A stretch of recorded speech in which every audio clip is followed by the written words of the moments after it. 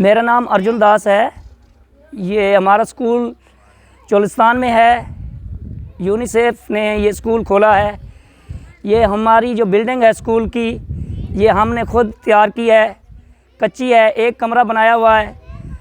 तो ये स्कूल तकरीबन 22 साल से चल रहा है।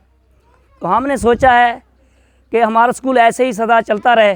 तो हमारी गवर्नमेंट ऑफ पंजाब से दरख्वास्त है कि हमारे स्कूल को मेहरबानी से हमें बिल्डिंग मुहैया की जाए, ताकि हमारे चोलिस्तान के स्कूल के बच्चे जो है अपनी तालीम जारी रख सकें।